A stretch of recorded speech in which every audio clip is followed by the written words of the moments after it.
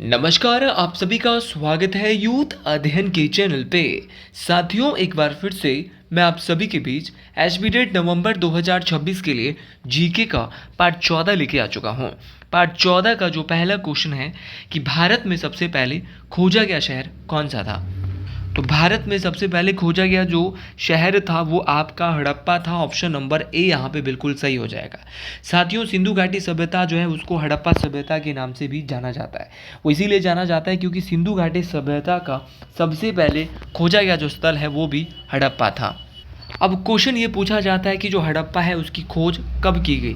तो हड़प्पा की जो खोज है वो 1921 में की गई। इस बात को आपने डिटेल से याद रखना है। साथियों, कई बार आपके टेट परीक्षाओं में सीधा क्वेश्चन ये भी पूछा गया है कि सिंधु घाटी सभ्यता की खोज किसने की, तो वो की थी दयाराम साहनी ने।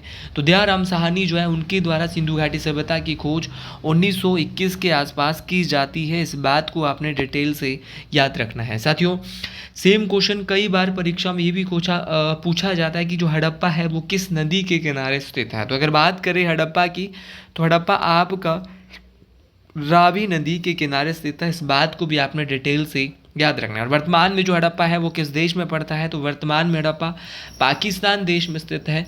पाकिस्तान देश में भी एक जिला है साहिवाल जिला। तो साहिवाल जिले में हड़प्पा पड़ता है। इस बात को आपने डिटेल से याद रखना है। उसी प्रकार ऑप्शन में और भी बहुत सारे नाम हैं। ऑप्शन में दिया है रंगपुर। अब रंगपुर भारत में है, लेकिन भारत के किस राज्य में है। अगर साथियों बात करें रंगपुर की, तो रंगपुर आपका भारत के गुजरात जिले में वर्तमान में स्थित है। उसी प्रकार मोहनजोदड़ो, सबसे इंपॉर्टेंट क्वेश्चन ये पूछा जाता है कि जो मोहनजोदड़ो है इसकी खोज कब हुई थी। तो मोहनजोदड़ो की खोज हड़प्पा के ठीक एक साल के बाद 1922 में हुई थी। कई बार टेट परीक्षाओं में सीधा क्वेश्चन पूछा जाता है कि मोहनजोदड़ो की खोज किसके द्वारा की गई। लेकिन साथियों, उससे पहले अगर आप भी तैयारी कर रहे हैं एचबीटेट नवंबर 2026 के किसी भी स्ट्रीम की, तो आप हमारे साथ जुड़ सकते हैं मात्र और मात्र 499 रुपये मंथ में। हम देंगे आपको 499 रुपीज़ में लाइव प्लस रिकॉर्डेड क्लासेस। जो क्लासेस लाइव होगी, मान लो हमारा जो ऐप है जहाँ पे क्लासेस चलती है, वहाँ पे जो भी क्लास लाइव होगी उसको आप रिकॉर्डेड कभी भी और किसी भी समय देख सकते हो। बड़ी बात यह है कि हर एक सब्जेक्ट के लिए अलग अलग टीचर है। मान लो जीके के लिए आपका जो जीएस रहता है वहाँ पर आपके दो टीचर है। आपका इंग्लिश के लिए अलग टीचर रहेगा, आपका साइकोलॉजी के लिए अलग टीचर रहेगा। तो जो भी मेरा भाई बहन आप हमारे साथ जुड़ना चाहते हैं वो इस नंबर पे 7876145409, जैसे कि आपका जीबीडी टेट है तो वहाँ पे हिंदी का टीचर अलग रहेगा, आपका इंग्लिश का अलग रहेगा, आपका जीएस का अलग रहेगा। तो इसी प्रकार से आप हमारे साथ जुड़कर, और ये जितने भी मेरे भाई हैं जो भी ज़्यादा महंगी कोचिंग नहीं ले सकते उनके लिए 499 का बैच बहुत बेहतर रहने वाला है। साथ में बैच के साथ फ्री हैंड रिटन नोट्स आपको मिलने वाले हैं। वो हैंड रिटन नोट्स जिसे हज़ारों बच्चे अपने एसपीटेट को क्वालिफाई कर चुके हैं। साथियों, क्वेश्चन पूछा जाता है कि मोहनजोदड़ो की खोज किसने की थी 1922 में। तो मोहनजोदड़ो की खोज की थी राखल दास बनर्जी। किसने की थी? राखल दास बनर्जी। तो ये नाम आपको जरूर याद रखना है कि राखल दास बनर्जी ने किसकी खोज की। तो राखल दास बनर्जी ने मोहनजोदड़ो की खोज की। अब क्वेश्चन पूछने वाला क्वेश्चन पूछता है कि मोहनजोदड़ो आपका किस नदी के किनारे है। तो मोहनजोदड़ो आपका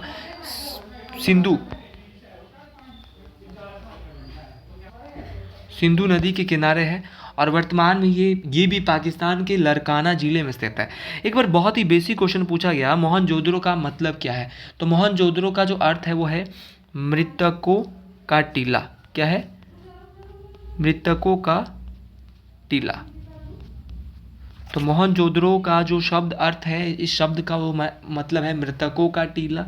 अच्छा, एक बार बहुत ही बेसिक क्वेश्चन ये पूछा गया था कि आप ये बताइए कि मोहनजोदड़ो जो सिंधु घाटी सभ्यता है उसका टाइम पीरियड लगभग क्या माना जाता है। तो सिंधु घाटी सभ्यता का टाइम पीरियड 2500 बीसी से, बोले तो 2500 ईसा पूर्व से लगभग 1750 बीसी, 1750 ईसा पूर्व माना जाता है। ये बात आपको डिटेल से याद रखना है। साथियों, सिंधु घाटी सभ्यता के बारे में सर्वप्रथम जानकारी किसने दी थी कि कोई सभ्यता भी है इसकी, तो ये दी थी, जानकारी दी थी 1826 में चार्ल्स मेसन ने, लेकिन इसकी खोज नहीं की, सिर्फ जानकारी दी चार्ल्स मेसन ने, लेकिन उस समय इनकी बात को किसी ने भी ध्यान में नहीं लिया।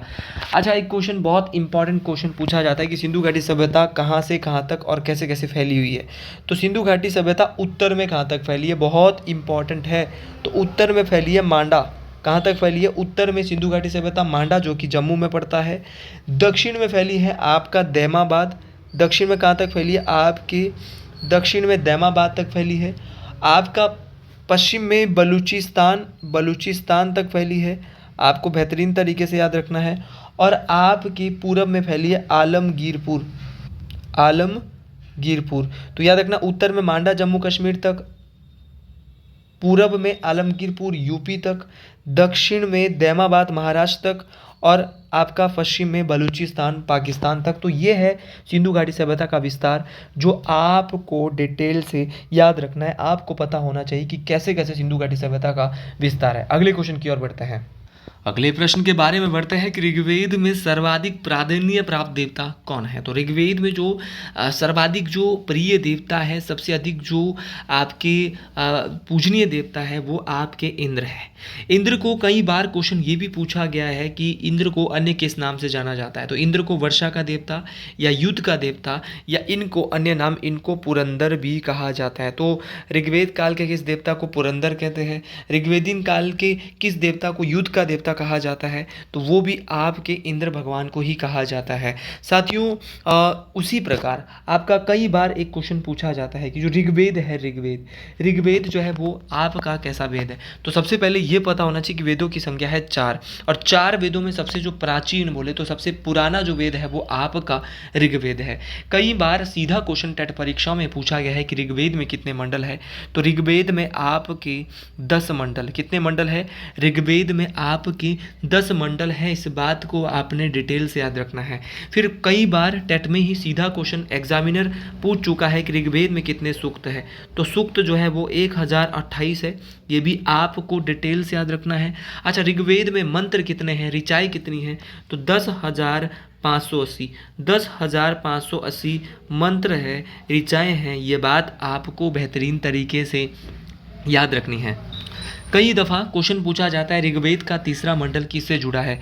तो ऋग्वेद का जो तीसरा मंडल है वो जुड़ा है गायत्री मंत्र। किससे जुड़ा है? गायत्री मंत्र से। और अगर बात करें ऋग्वेद के आपके 9वें मंडल की, तो वो जुड़ा है सोम देवता। किससे जुड़ा है? सोम देवता। तो सोम देवता से जुड़ा है ऋग्वेद का कौन सा मंडल? आपका 9वां मंडल। और आपका ऋग्वेद का तीसरा मंडल जुड़ा है गायत्री मंत्र से। एक बार क्वेश्चन पूछने वाले ने क्वेश्चन ये पूछ लिया था कि ऋग्वेद के उपवेद का नाम क्या है। तो ऋग्वेद के उपवेद का जो नाम है साथियों, वो है आपका आयुर्वेद। तो ये नाम आपको जरूर याद रखना है कि ऋग्वेद के उपवेद का नाम क्या है। तो ऋग्वेद के उपवेद का नाम आयुर्वेद है। अच्छा, बहुत ही बेसिक क्वेश्चन एक बार ये पूछ लिया था कि आपका ऐसा कौन सा वेद है जो यज्ञ आदि से संबंधित है। तो यज्ञ आदि से जो संबंधित वेद है वो है आपका यजुर्वेद। तो यज्ञ आदि से संबंधित वेद कौन सा है? आपका यजुर्वेद है। साथियों, एक बार बहुत ही बेसिक क्वेश्चन ये पूछ लिया था कि आपका जो यजुर्वेद है उसका उपनाम क्या है। तो यजुर्वेद का उपवेद है, उसका नाम है आपका धनुर्वेद। ठीक है, तो यजुर्वेद का उपवेद का नाम क्या है? धनुर्वेद है। ये बात आपको डिटेल से याद रखना है। साथियों, अगर मैं बात करता हूँ आपके यजुर्वेद की, तो यजुर्वेद जो है वो आपके गद्य और पद्य दोनों में रचित है। तो ऐसा वेद जो कि गद्य में भी है, कविता में भी और पाठ में भी है। तो गद्य और पद्य दोनों में जो देखने को मिलता है वो है हमारा यजुर्वेद। ये बात आपको डिटेल से, ये बात आपको मोस्ट इम्पॉर्टेंट तरीके से याद रखनी है। साथियों, बहुत ही बेसिक क्वेश्चन परीक्षा में पूछ लिए जाते हैं। अच्छा, कई बार क्वेश्चन पूछा गया है कि भारतीय संगीत से संबंधित वेद कौन सा है। तो भारतीय संगीत से जुड़ा हुआ जो वेद है वो आपका सामवेद है। और भारत की संगीत के जो 7 स्वर है वो भी हमने सामवेद से लिया है। ये बात आपको डिटेल से याद रखनी है। सामवेद का जो उपवेद है वो क्या है? जैसे यजुर्वेद का धनुर्वेद है, उसी प्रकार सामवेद का उपवेद गंधर्व वेद है। इस बात को आपने डिटेल से याद रखना है। साथियों, क्वेश्चन पूछने वाला क्वेश्चन क्या पूछता है?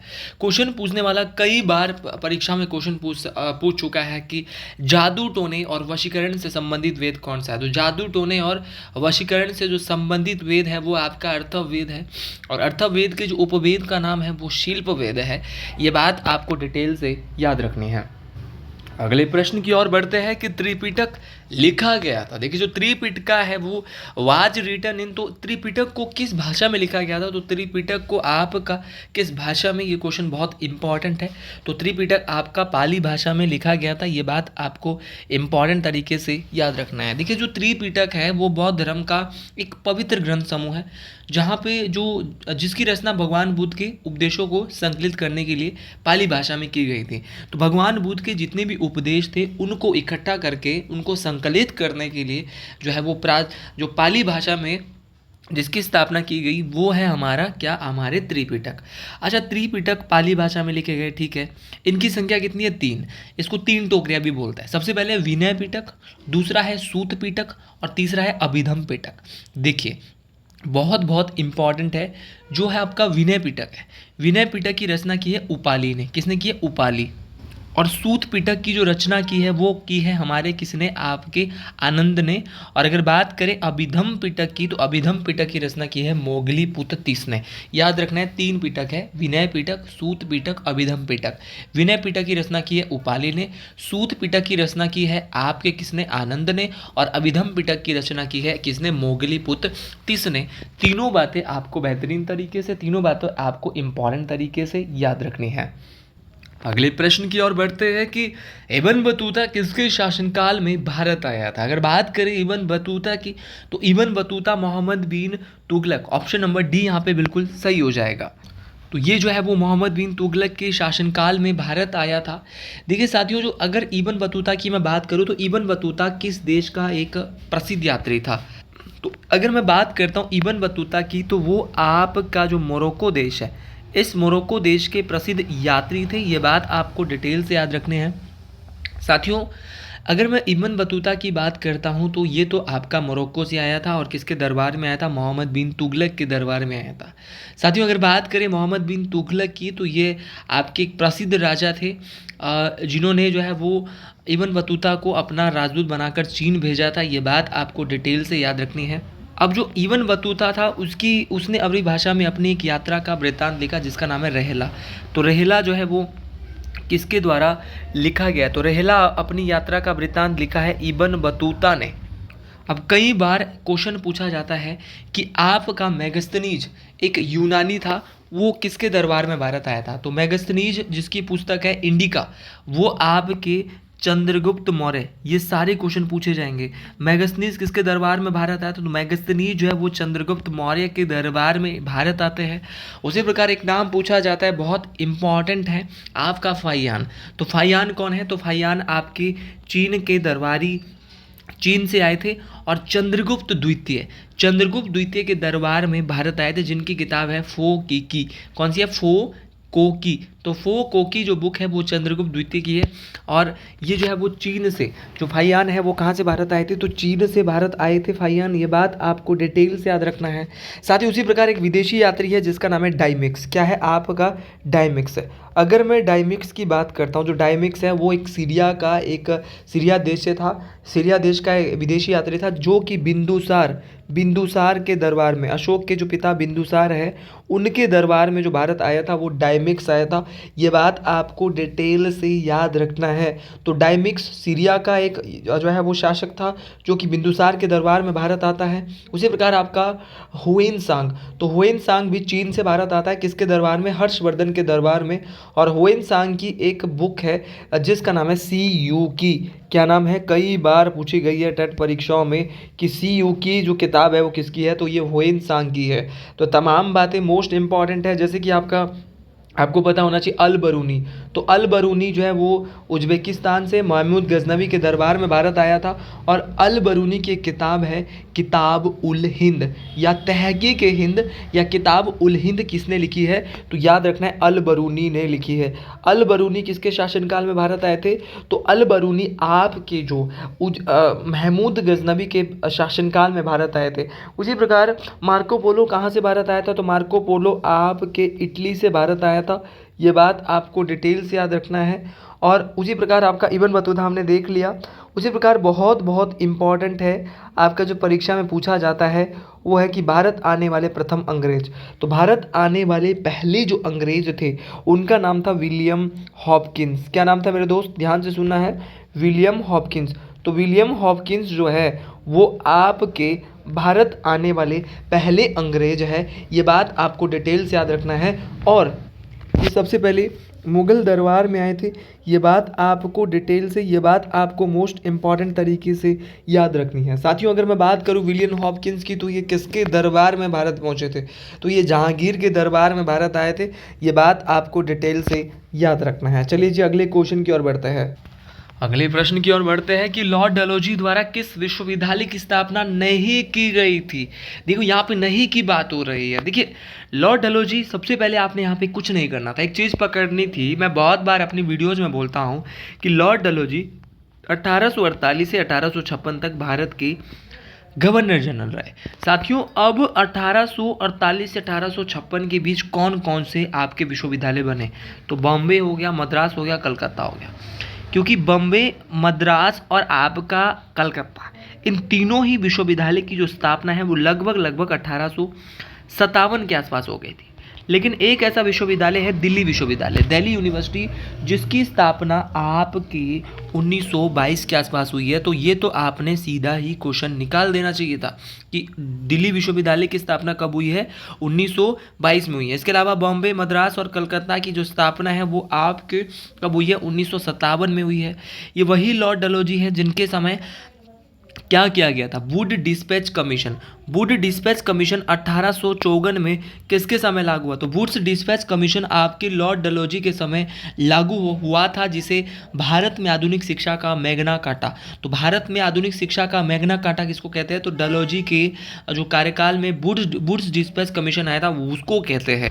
लॉर्ड डलहौजी के द्वारा ही भारत में यहाँ पे हड़प की नीति भी चलाई गई थी। ये बात आपको डिटेल से याद रखना है। हड़प की नीति बोले तो आपकी डॉक्ट्रिन ऑफ लैप्स, आपका व्यवगत का सिद्धांत, जहाँ पे जो है वो क्या किया जाता था, मतलब कि जिस भी राजा का बेटा जो है वो नहीं होता था उससे उसका रियासत को छीन कर, उसके राज्य को छीन कर अंग्रेजी साम्राज्य में मिला दिया जाता था।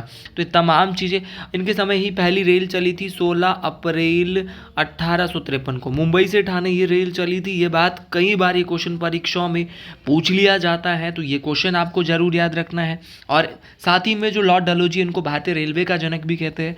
1854 की बात है, 1854 में पोस्ट ऑफिस एक्ट जो है वो पहली बार, आधुनिक डाक टिकट जो इन्हीं के समय जो है वो लागू हुआ था, और भारत में जो पहली टेलीग्राफ लाइन है वो भी इन्हीं के समय शुरू की गई थी। अगला क्वेश्चन है कि सती प्रथा द्वारा गैर कानूनी घोषित की गई थी। देखिए सती प्रथा को ख़त्म करने का जो काम किया था वो किया था लॉर्ड विलियम बेंटिंग ने। अच्छा, लॉर्ड विलियम बेंटिंग कौन है, तो लॉर्ड विलियम बेंटिंग स्वतंत्र आपका जो है वो, माफ़ी चाहूँगा, भारत के लॉर्ड विलियम बेंटिंग क्या है, भारत के प्रथम गवर्नर जनरल। तो भारत के पहले गवर्नर जनरल कौन है, तो लॉर्ड विलियम बेंटिंग है। ये बात आपको डिटेल से याद रखनी है। फिर आपका अगला क्वेश्चन ये भी पूछा जाएगा कि आपका भारत के ऐसे पहले गवर्नर जनरल जिसने नियमित जनगणना की शुरुआत की, तो वो थे लॉर्ड रिपन। कौन थे, लॉर्ड रिपन थे। इन्हीं को जो है father of local self government, स्थानीय स्वशासन का पिता किसको कहते हैं, लॉर्ड रिपन को कहते हैं। स्थायी बंदोबस्त किसने चलाया था, तो स्थायी बंदोबस्त चलाया था, परमानेंट सेटलमेंट आपका चलाया था लॉर्ड कॉर्नवालिस ने। और देखो भाई, गैर कानूनी जो घोषित करने का काम तो किया था लॉर्ड विलियम बेंटिंग ने, लेकिन इनकी जो मदद करी थी वो करी थी राजा राम मोहन राय ने। अगला क्वेश्चन है भारतीय राष्ट्रीय कांग्रेस की प्रथम मुस्लिम अध्यक्ष, जो ऑप्शन में ही नहीं है, तो उनका नाम था बदरुद्दीन तैयब जी। क्या नाम था, बदरुद्दीन तैयब जी। लेकिन अगर पहले अध्यक्ष पूछ लिए तो उनका नाम है WC वेनर्जी। WC बनर्जी, और अगर पहले मुस्लिम तो बदरुद्दीन तैयब जी। अगर पहली महिला पूछ ली तो एनी बेसेंट का नाम आपको याद रखना है। तो तमाम साथियों को आज के लिए इतना ही, मिलते हैं अगली वीडियो में नए जोश के साथ। सभी साथियों को राधे राधे, हर हर महादेव।